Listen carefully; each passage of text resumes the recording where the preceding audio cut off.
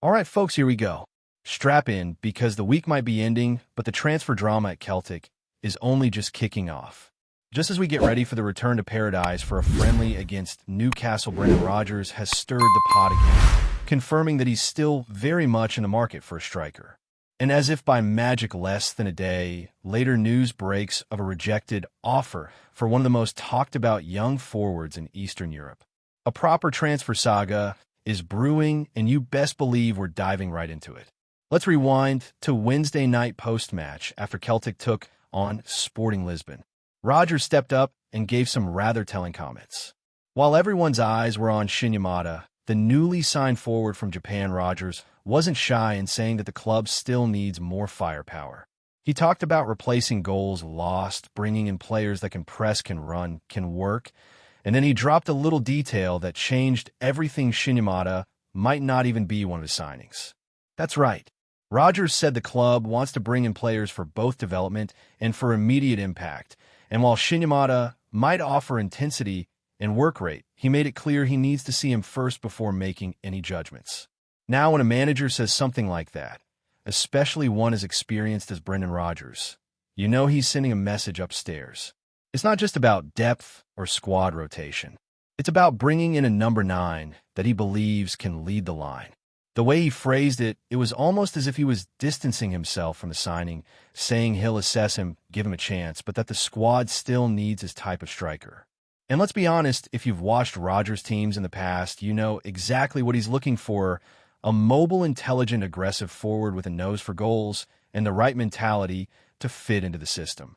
Rodgers even went further in his comments, making it clear he's not chasing big names for the sake of it. He wants hunger-intensity players with something to prove. Big names don't always give you what you need, he said. And he's right. How many times have we seen that at Celtic and beyond players arrive with a name, but no drive, no energy, no real desire to fight for the badge? Rodgers isn't having any of that.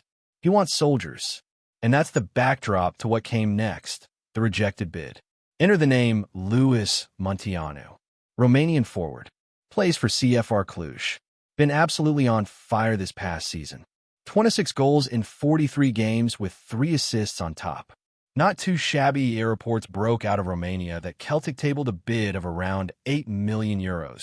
That's roughly £6.5 million for the young striker.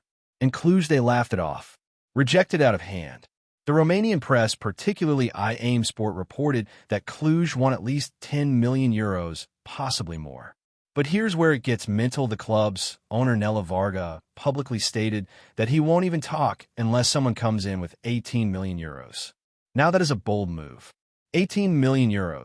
We're talking record-breaking fees here, something Celtic have never paid in their entire history.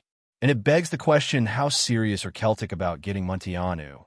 Is this just the opening gambit in a longer negotiation, or is the club hoping Cluj blink first and lower the price? To be fair to Cluj, they're not mugs. They've seen Montanu rise through their ranks, scoring for fun and attracting interest from clubs across Europe. Why wouldn't they hold out for the biggest fee they can get? It's the same thing Celtic do when someone comes sniffing around for one of our own talents. Think of Hoda. Think of Van Dijk. Think of Moussa Dembele.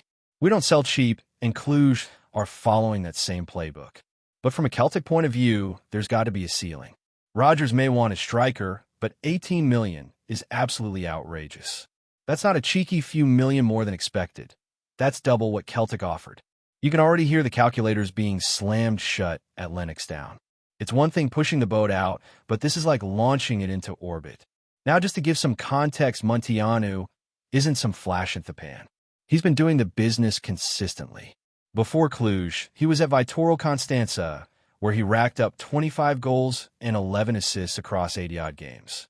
And before that, at youth level with Fiorentina, he turned heads in the under-19 side. There's clearly talent there. And when you see his highlight reels, movement, composure, strength, it's not hard to see why Rodgers might be interested. But again, the money. It always comes back to the money. Celtic just aren't in a position to blow that kind of cash on one player. Not unless they're guaranteed to deliver, and then some. And that's always the risk. You drop that much on a striker, and he doesn't settle, doesn't adapt, doesn't score. Suddenly you've got an expensive problem on your hands. And with the Champions League qualifiers just around the corner, Rodgers can't afford to gamble. Now, as for Montanu himself, you'd imagine he'd be keen. This is a massive opportunity.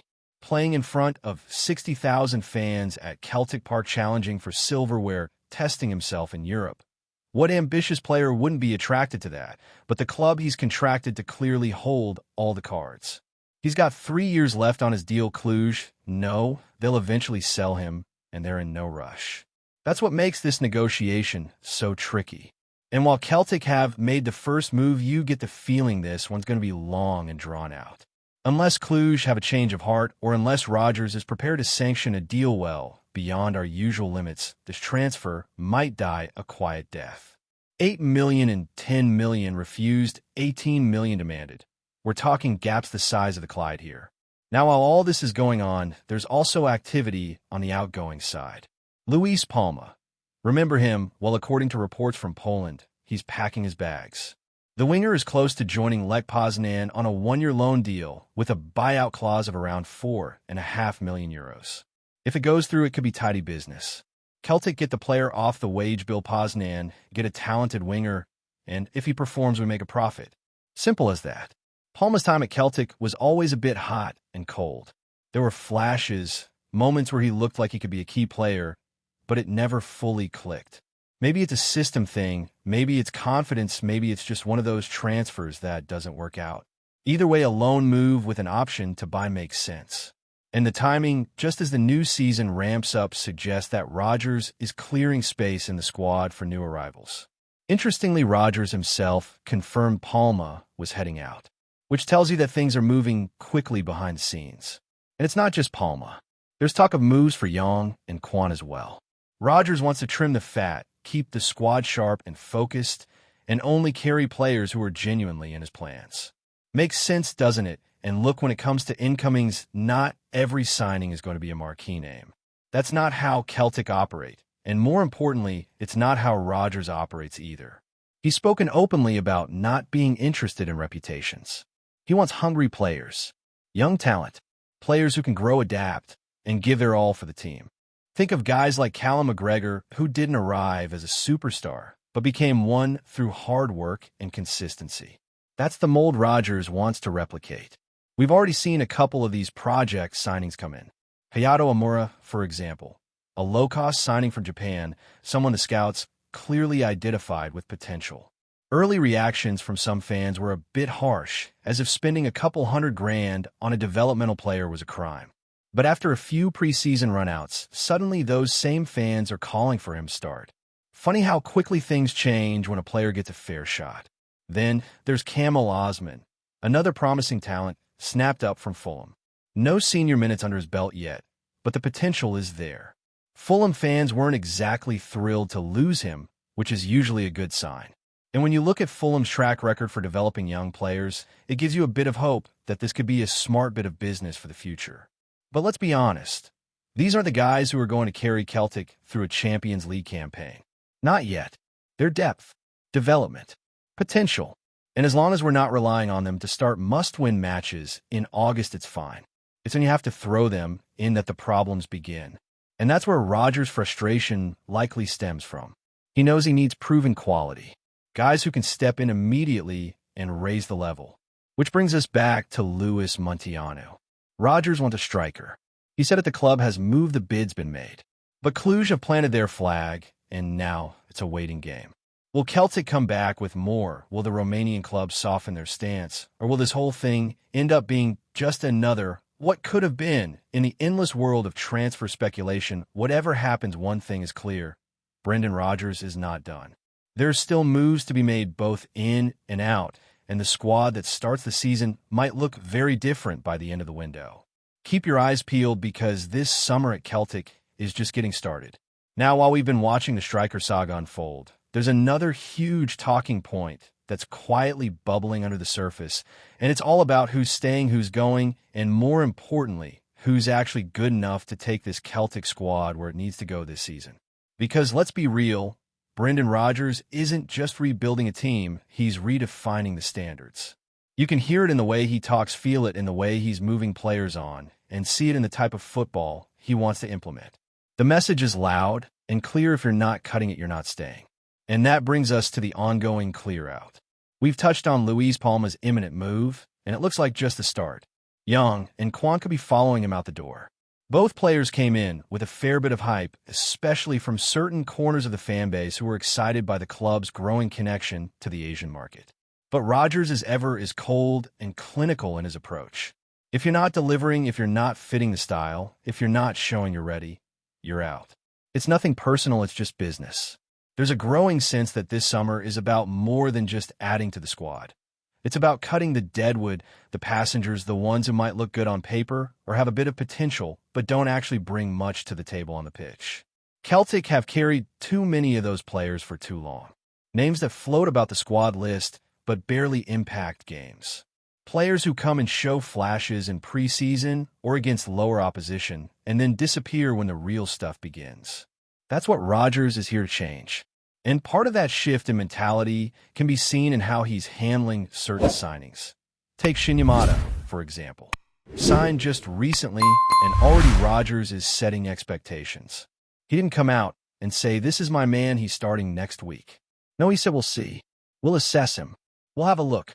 It's brutally honest, but it's what's needed.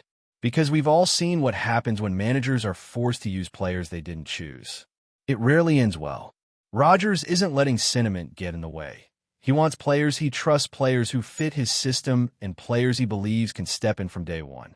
You can hear it, too, in the way he spoke about the striker situation. It's not about names, it's about hunger. He's not chasing the glamour signings. He's not looking to appease fans by bringing in a headline. He wants effectiveness. Players who want to be at Celtic, who want to prove themselves, and who are ready to graft for it. That's why even if Luis Montanu doesn't arrive, and let's be honest, at 18 million euros, that's looking increasingly unlikely, you can bet there's a short list already being drawn up behind the scenes. Because Rodgers knows what he wants, and more importantly, he knows what he doesn't want. And maybe the clearest example of that this preseason has been the situation with the current crop of strikers. Because let's be frank, some of them are at a serious crossroads. There's a real sense that this is a make-or-break period for a few of them. We've got players in the squad who on paper should be leading the line. Players who've shown they can score goals in the past. But Rodgers isn't handing out minutes for nostalgia. He's watching closely. And when he says in a post-match interview that we're not finishing chances in the final third, you know exactly who he's aiming that at. One name that keeps coming up in those discussions is Adama, a striker who's shown glimpses, had a few decent runs, but has never really cemented his place. Some fans are calling for him to get more minutes, others want him out. The truth, as always, lies somewhere in the middle. Yes, he's got talent. Yes, he scored goals. But he's not been consistent, and Rodgers has little patience for players who blow hot and cold. This is the season where Adama either steps up or fades out. And that pressure, it's not going away. Because with Champions League qualifiers looming, Rodgers doesn't want maybes. He doesn't want players who might perform. He wants a starting 11 that he can rely on. And if Adama, or anyone else for that matter, can't show the required level week in, week out, they won't be on the team sheet. Simple as that. It might sound harsh, but this is the reality of top-level football. There's no room for passengers. And on that note, let's talk about the club's most exciting bit of business so far this window, the return of Kieran Tierney. The prodigal son is back, and even though we all knew it was coming since January, seeing him step back onto the pitch in the hoops was still a moment. It just felt right. He brings experience, quality, passion, and above all, a deep connection to the club that money can't buy. His performance against Australia showed he's fit, sharp, and ready to hit the ground running. You can already see a partnership building down that left-hand side. It's the kind of signing that lifts the dressing room, lifts the fans, lifts the standards.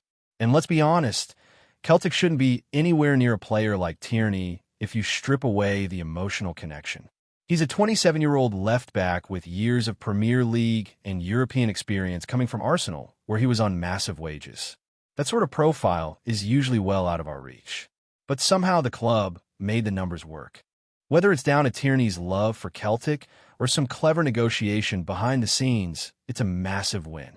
A statement signing, and one that shows Rodgers still has the pull to convince top-level players to come back, even when they've played at the highest level. Alongside Tierney, there have been a few more additions. Benjamin Lugren, Ross Doohan, and Shin Yamada, each of them adding something different. Lugren looks like a real unit at the back, and while Doohan might not see much game time, he's a solid backup that helps with homegrown quotas.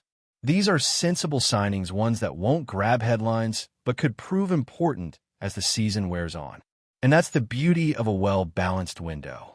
You get your headline names, your ready-made starters, but you also build depth, bring in youth, and cover your bases. Then you've got the real long shots, the project players, guys like Hayato Omura and Kamil Osman. Now early reactions to Omura were all over the place. Some fans were raging before he'd even kicked a ball. But fair play to the lad. He's come and done his job and impressed in the few appearances he's had. No one's expecting him to be a starter, but for the money paid, it's low risk. If he develops, great. If not, no harm done. And that's what smart recruitment looks like. You take calculated gambles, not blind punts. Osman, on the other hand, is more of a mystery. Straight out of Fulham's academy, no senior minutes to his name, but the potential's clearly there. He's got youth international experience with both England and Wales, and from the reaction of Fulham fans, they weren't happy to see him go. That's usually a good indicator. He's raw, yes. He's untested, but there's something about him. Whether we see much of him this season is another story. Don't be shocked if he ends up going out on loan to get minutes. But he's definitely one to keep an eye on. It all feeds into this broader picture of Celtic trying to build a squad that's not just good enough for the Scottish Premiership, but one that can actually compete in Europe. Because let's face it, that's the real test. Winning domestically is great, but the fans want to see Celtic make a dent on the continental stage again. And to do that, you need depth. You need flexibility. You need to be able to rotate without dropping quality. That's what Rodgers is aiming for. A squad that can handle the intensity of multiple competitions without falling apart when the injuries pile up or when the fixture list gets brutal. The challenge, of course, is getting that balance right. It's not easy. You got to juggle the financial side, wages, fees, resale value, with the footballing side, experience, form, chemistry. You bring in too many kids and you lack leadership. Too many veterans and you slow the team down. That's why signings like Tierney are gold dust. He's experienced but still in his prime. He knows the club, knows the expectations, and won't take 6 months to settle in. That's the blueprint. Now with the season right around the corner, and those all-important Champions League qualifiers coming up fast, the pressure's only going to ramp up. Rodgers is under no illusions. He knows the margin for error is tiny. A bad result in Europe, and the whole narrative shifts. That's why he's been so vocal about needing more reinforcements, particularly up top. Because right now the options are limited. And if you're going into European qualifiers with only one striker you truly trust, that's a risk no top manager wants to take. So the big question now is, will the board back Rodgers? Will they push the boat out and give him the striker he's asking for? Maybe not Montanu, but someone with the quality to lead the line in Europe, or will they stick to the safe, budget-friendly signings and hope for the best? History suggests the cautious approach, but there's a growing sense among the support that Celtic need to be bold. You don't bring Rodgers back just to play it safe. You bring him back to win, to dominate domestically and compete in Europe. And that takes investment. For now, we wait. The window's open, the negotiations are ongoing, and there's still time to get deals done. But make no mistake, this next month could define Celtic's entire season. Get it right, and we could be looking at a team ready to push forward in all competitions. Get it wrong, and we might be having the same conversations come January. One thing's for sure, though, Rodgers won't sit quietly.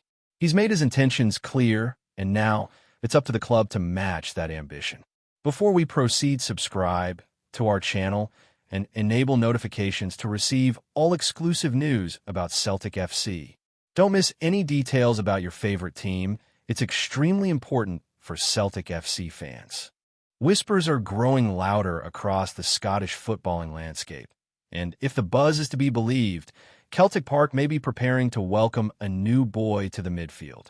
According to close sources and a flurry of chatter among insiders, Lennon Miller, the prodigious young talent who recently bid farewell to Motherwell, could be set to pull on the green and white hoops. At just 18, Miller had already established himself as one of the most promising midfielders in the Scottish Premiership, showing composure well beyond his years, paired with a keen eye for a pass and an engine that rarely tires. Now, speculation is rife that Celtic have swooped in, eager to shape him into the new heart of their midfield engine room. The move, while not yet confirmed, has sent tremors through both Lanarkshire and the East End of Glasgow. There's no official word from either club, but fans and pundits alike are connecting the dots. With Celtic known for their knack of snapping up domestic talent early and the recent departure of key figures in their midfield, Miller would be a logical and exciting acquisition. Some insiders suggest Miller's departure from Motherwell was too quiet, too swift, leading many to believe a bigger move had already been arranged behind closed doors. Could it be that Brendan Rodgers has earmarked the youngster as a long-term successor to the likes of Callum McGregor or Matt O'Reilly?